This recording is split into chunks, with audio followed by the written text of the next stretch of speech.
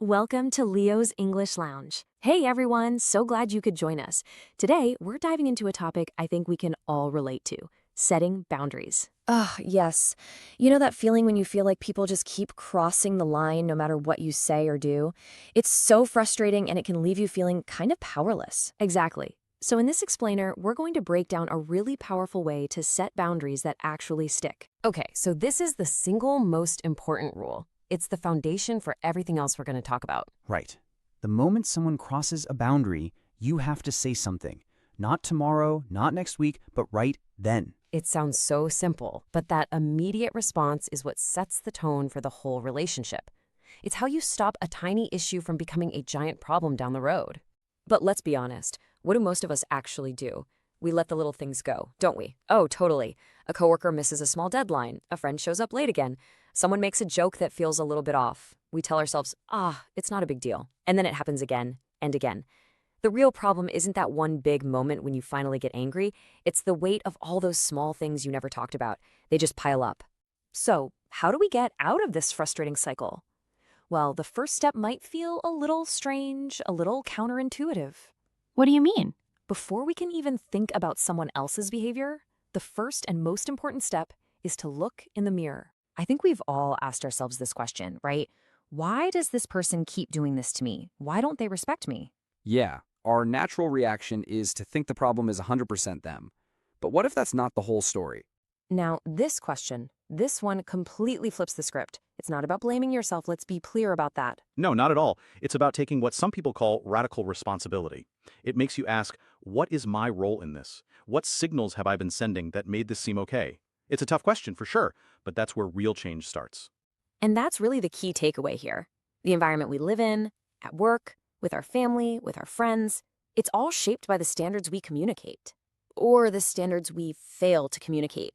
By not setting a clear expectation, we've often, without even realizing it, accidentally given people permission to cross our boundaries. Okay, so once we've looked inward and we understand our role in the situation, the next step is all about action. Right. It's about addressing the issue immediately to set the right tone from the very beginning. And there's a really smart way to do this.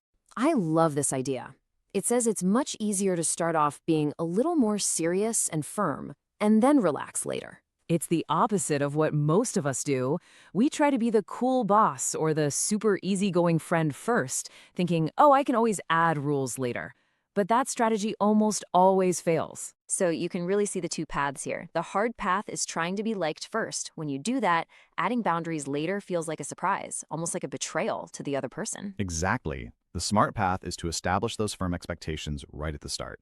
Then as you build trust and respect, you can always relax a bit. It's way easier to loosen the reins than to try and tighten them later on.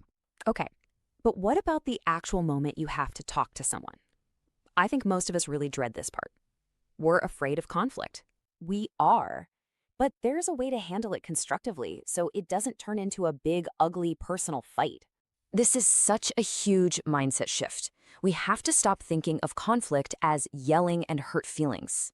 Instead, we should think of it as a tool, a calm, fact-based discussion that is designed to solve a problem and make the boundary clear again. It's a necessary conversation, not a personal attack. And here's a super simple 4-step process for it. First, keep your emotions under control. Stay neutral, like you're playing poker. Second, just state the objective fact. For example, the report was due yesterday. No blame, just the fact. Third, and this is the really important part, ask for their perspective. Can you walk me through what happened?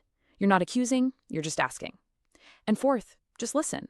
More often than not, as people explain themselves, they realize their own mistake. They correct themselves without you ever having to point a finger. It's amazing.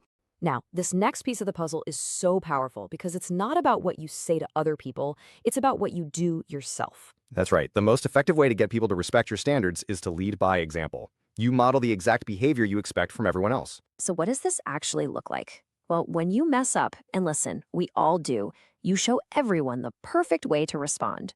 You own your mistake immediately with zero excuses. You give a real, sincere apology. And then, most importantly, you say exactly how you're going to fix it.